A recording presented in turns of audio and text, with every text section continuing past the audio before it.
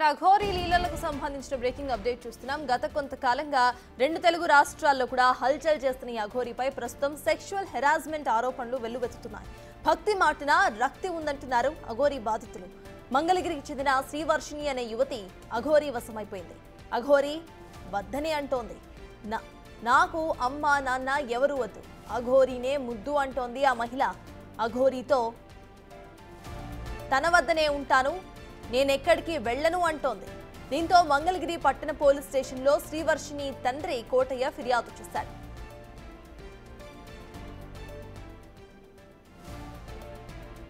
అయిపోయాము రైల్వే స్టేషన్కి. సో మేమందరం ఫ్రెష్ అయిపోయి రూమ్ ఖాళీ చేసేసి స్టార్ట్ అయిపోయాము రైల్వే స్టేషన్కి, అయోధ్య స్టేషన్కి. ఎందుకంటే ఈ అయోధ్య నుంచి మళ్ళీ ప్రయాగ్రాజ్ వెళ్ళాలి కదా, అది కూడా అన్నయ్య బ్యాగ్ తెస్తున్నారు, మామయ్య వాళ్ళు ముందు వెళ్తున్నారు. సో నా కూతురుకు అఘోరీ ముందు మాకు పెట్టి వశపరచుకుందని ఆరోపిస్తున్నాడు శ్రీవర్షిణి తండ్రి కోటయ్య. అందువల్లే మా అమ్మాయి మా వద్దకు రావటం లేదని ఆరోపిస్తున్నాడు. ఇక శ్రీవర్షిణి అన్నయ్య అఘోరీ గురించి సంచలన విషయాలు బయటపెట్టాడు. అఘోరీ తనను సెక్షువల్ హెరాస్మెంట్ చేస్తుందని అంటున్నాడు. ఒకరోజు రాత్రి మద్యం సేవించేందుకు తనను మందు సీసాలతో పాటు కాండమ్ ప్యాకెట్స్ ను తీసుకురావాలని అఘోరీ బలవంతం చేస్తున్నట్టుగా చెబుతున్నాడు శ్రీవర్షిణి అన్నయ్య. ఇక బయటికి భక్తి గురించి, ఆధ్యాత్మిక అంశాల గురించి హితబోధ చేస్తున్నట్టు చెప్పే అఘోరీ వికృత చేష్టల గురించి బాధితులు రకరకాలుగా చెప్తున్నారు.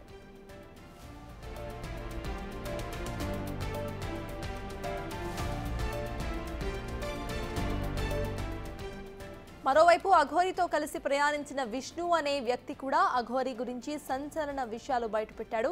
అఘోరీకి రాజకీయ నాయకులతో సత్సంబంధాలు ఉన్నాయని, ఆర్థికంగా కొన్ని రాజకీయ పార్టీల నాయకులు అఘోరీకి అండగా ఉన్నట్లుగా చెప్తున్నాడు.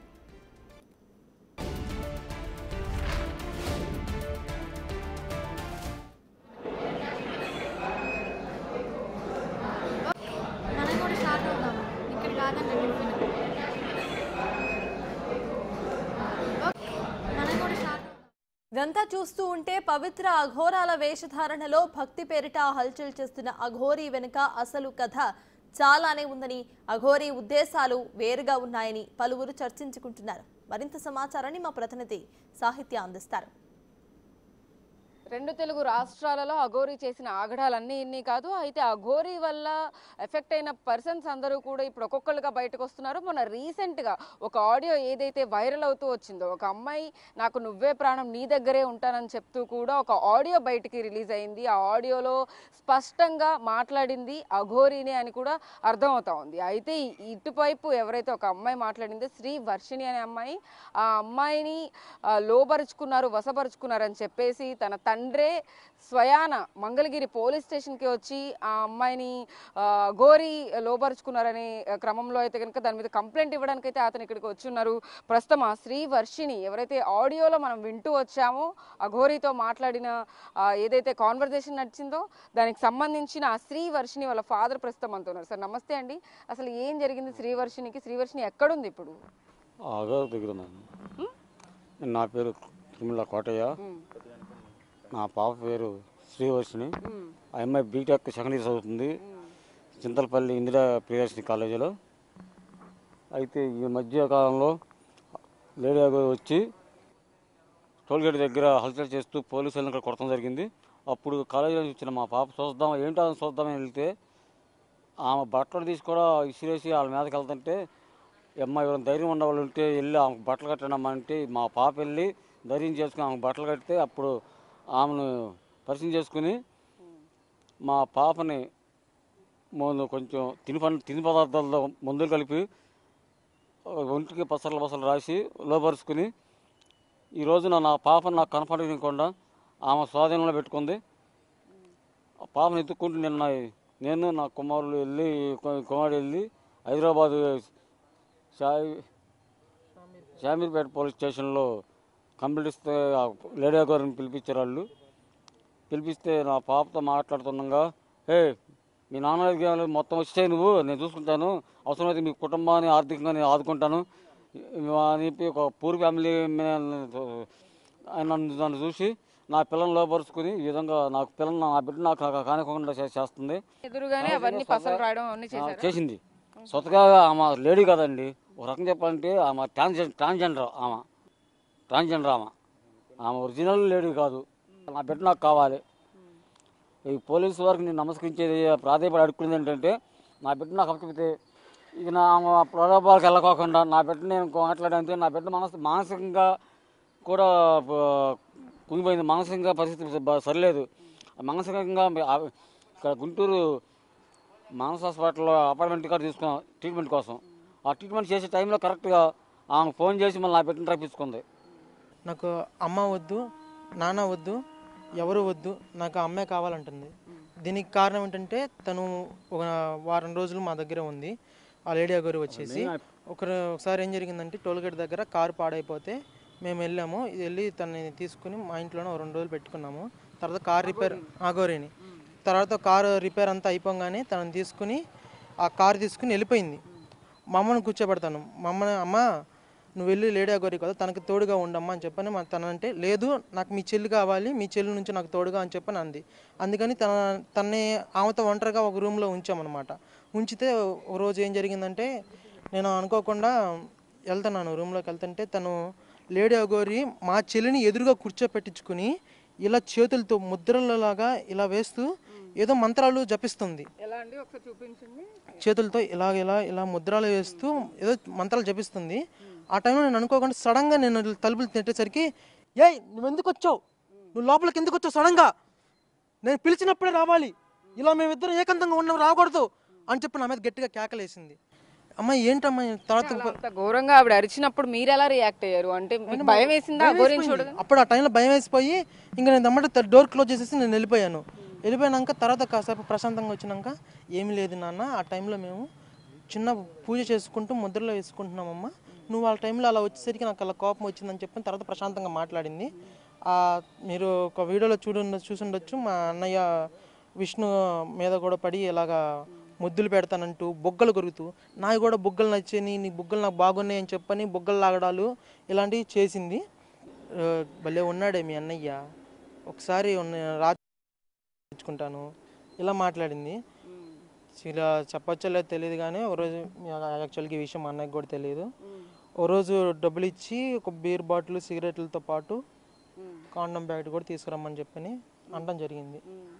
నేను ఎందుకంటే ఆల్రెడీ జెండర్ మార్చుకున్నారు, దాంతో ఏం పని ఉంటుందని చెప్పేసి ఆవిడ తీసుకురమ్మని ఉంటారు. మాతోనే ఇలా సెక్షువల్గా ఎఫెక్షన్ పెట్టుకుందాం అని చెప్పి చూసింది. నేనైతే లొంగలేదు. అమ్మ తప్ప అమ్మ, మీరు పెద్దవారు. డైరెక్ట్ గా అఘోరి మిమ్మల్ని ఇలా సెక్షువల్ గా మూవ్ అవుదాం, ఫిజికల్ గా ఉందాం అని చెప్పేసి అడిగారా? కాండమ్స్ తీసుకురమ్మంటే ఇంకా దానికి అర్థం అదే కదండి. ఇంకా అనగానే అమ్మ మీరు పెద్దవాళ్ళు కదమ్మా, మా వాళ్ళు కాదని చెప్పని అని చెప్పి దండం పెట్టి నేను అంతా స్కిప్ చేశాను. మా చెల్లితో కూడా ఏంటంటే మీరు సిగరెట్ ఉంది కదండి, సిగరెట్ని మామూలుగా ఎవరైనా వెలిగించుకుని నోట్లో పెట్టుకుని పెట్టుకుంటారు. మా చెల్లి చేత మీకు మలద్వారం ఉండేది కదండి, మలద్వారంలో సిగరెట్ పెట్టించుకుంటుందండి మా చెల్లి చేత. ఓ రోజు మా చెల్లి పెడుతుంటే చూశాను నేను. అప్పుడు తన ట్రాన్స్లోకి వెళ్ళింది. అప్పుడు తన ట్రాన్స్లోకి వెళ్ళి అలా తను ఏది చెబితే అది చేస్తుంది. తన వశపరుచుకోవడం ఇదంతా మీరు నమ్ముతున్నారా? అంటే తను ఏదో మందు పెట్టింది ఏదో చెప్తూ ఉన్నారు కదా. నా అమ్మ, నా అన్న, నా విష్ణు అన్నయ్య, నా చదువు, నా కెరీరు, నా గోలు అని అనుకున్న పిల్ల ఆవిడ పరిచయం అయిన 7 రోజుల్లోనే సడన్గా నాకు మీరెవ్వరు వద్దు, నాకు ఆమె కావాలి అని చెప్పండి అంటే ఎవరైనా సరే మందు పెట్టుకుని పైగా నా ముందే ఇలా ముద్రలు వేస్తూ లేదమ్మా నేనేదో సాధన చేసుకుంటున్నాను, మీరు వాళ్ళ సడన్గా వచ్చేసరికి ఇలా అని మాట మార్చడం, నా మీద అలా గట్టి కేకలేయడం. మీ మీద ప్రయోగించలేదా? ఓన్లీ మీ చెల్లి మీద ప్రయోగించింది అంటారా? మీ అందరూ ఎందుకు మేమందరం దూరంగా ఉండేవాళ్ళం. ఆ పిల్లని ఒకదాన్ని దగ్గరగా ఉంచడం వల్ల ఆమె ఒక ఆడవారు అన్నట్టుగా భావించి మేము మా చెల్లిని ఒకదాన్ని దగ్గరగా ఉంచడం. మా అమ్మ ఉంచుదామంటే మీ అమ్మొద్దు, నాకు మీ చెల్లె కావాలి, మీ చెల్లిని దగ్గరగా ఉంచి అన్నారు. అయితే మా చెల్లిని ఇలా ఉంచి వశపరుచుకోవడం జరిగింది. అయితే ఇందులో మొన్నటిదాకా మా చెల్లికి ట్రీట్మెంట్ ఇద్దామన్న టైంలో ట్రీట్మెంట్ ఇద్దామంటే మా అమ్మ కూడా అడ్డుపడుతున్నారు. ఎందుకంటే మా అమ్మకు కూడా కొంచెం డబ్బాస్ చూపించారేమోనని నాకు అనుమానంగా ఉంది. మా అమ్మ కూడా ఇప్పుడు బాధపడుతున్నారు కానీ కానీ డబ్బాస్ చూపించినప్పుడు మా అమ్మ ఇలాగా ట్రీట్మెంట్ జరగనివ్వకుండా ఒకే రకమే అంటారా మీ అమ్మగారు కూడా? అంటే డబ్బులు చూపిస్తే అంటే ఏమైనా ఫైనాన్షియల్గా ఉపయోగపడతాయని అనుకుని భావించుంటారా? ఫైనాన్షియల్ భావించాలని అనుకున్నాను. సాధించి నేర్పించి పంపించేస్తానని చెప్పాను. మా అమ్మకి అలా మాయ మాటలు చెప్పి కొంచెం డబ్బాస్ చూపించారు. మా అమ్మగారు కూడా మా చెల్లికి ట్రీట్మెంట్ జరగనివ్వకుండా అడ్డుపడ్డారు. ఆ టైంలో ఒక మజ్జిగలో ఏదైతే మందు ఉందో ఆ మందు కక్కించడానికి మెడిసిన్ కలిపి ఇస్తుంటే మా అమ్మగారు కూడా ఇవ్వనివ్వలేదు. ఆ టైంలో లేడీ గారి కూడా ఫోన్ చేసి ఇవ్వద్దు, ఎలాంటి ట్రీట్మెంట్ తీసుకోవద్దని చెప్పని అన్నట్టుగా మాకు తెలిసింది. అందుకని సో మీరు డైరెక్ట్గా మాట్లాడి శ్రీవర్షిని పంపించమని అడగలేకపోయారా అఘోరిని? తన మందుల వల్ల ఆ లేడీ గారి చేసిన ఇన్ఫ్లుయెన్స్ వల్ల మా చెల్లి మానసికంగా కుంగిపోయి నేను వెళ్ళను వాళ్ళతో, నాకు మా అమ్మ నాన్న వద్దంటున్నారు. తను మెయిన్గా ముఖ్యంగా చెప్పాలంటే మా చెల్లి మానసికంగా బాగోలేదు. పొలిటీషియన్స్ అంటే పేర్లు చెప్పకూడదు. ఆ పొలిటీషియన్స్ పేర్లు కూడా విన్నాను నేను.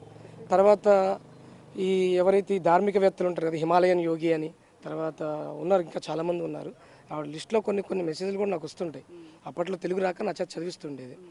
ఇవన్నీ కూడా వాళ్ళ దగ్గర నుంచి ఫండ్స్ వస్తాయి. ఈవిడ పూజల పేరుతో చేసేది కానీ ఈవిడికి ఏమీ రాదు. ఈవిడకల్లా వచ్చిందల్లా మందులు పెట్టడం, వశీకరణం అనే చిన్న చిన్న కాన్సెప్ట్లు, దిష్టి తీయడాలు ఇవన్నీ చేస్తుంది. ఏమి చేత కాదండి, అది ఓన్లీ జస్ట్ ఒక ట్రాన్స్జెండర్ అనడానికి కూడా లేదండి. మళ్ళీ వాళ్ళని మనకి కించపరిచినట్టు అవుతుంది.